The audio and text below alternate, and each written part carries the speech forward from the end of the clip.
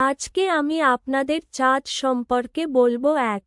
চাঁদ কিভাবে তৈরি হলো। সবচেয়ে বড় থিওরি, বিজ্ঞানীরা বলে 450 কোটি বছর আগে পৃথিবী যখন একদম বাচ্চা ছিল, তখন মঙ্গল গ্রহের মতো বড় একটা গ্রহ এসে ধাক্কা মারছিল পৃথিবীতে।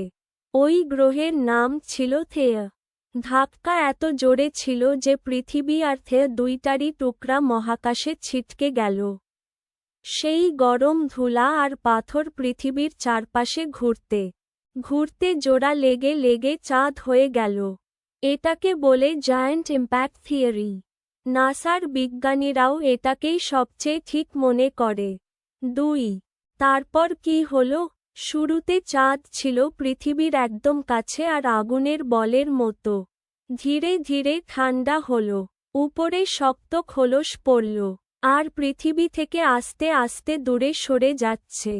প্রতি বছর 3.8 সেকেন্ড করে দূরে যায়। 3. নাসা কি করল। নাসা চাঁদ নিয়ে 3টা বড় কাজ করছে। 1. অ্যাপোলো মিশন 1969, 1972 মানুষ প্রথম চাঁদে পা রাখে। Neil Armstrong. নাসা 12 জন নভোচারী পাঠায় আর 382 কেজি পাথর নিয়ে আসে। ওই পাথর পরীক্ষা করেই জায়ান্ট ইম্প্যাক্ট থিওরি পাওয়া গেছে। 2.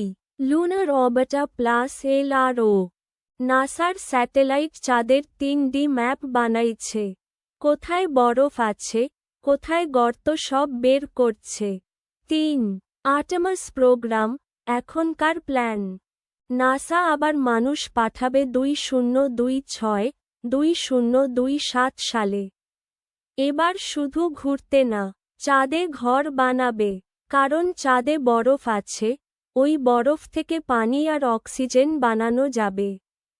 তারপর ওখান থেকে মঙ্গলে যাবে। 4. চাঁদের 3টা মজার রহস্য। একই দিক দেখায়, চাঁদ নিজে ঘোরে, আবার পৃথিবীর চারপাশেও ঘোরে।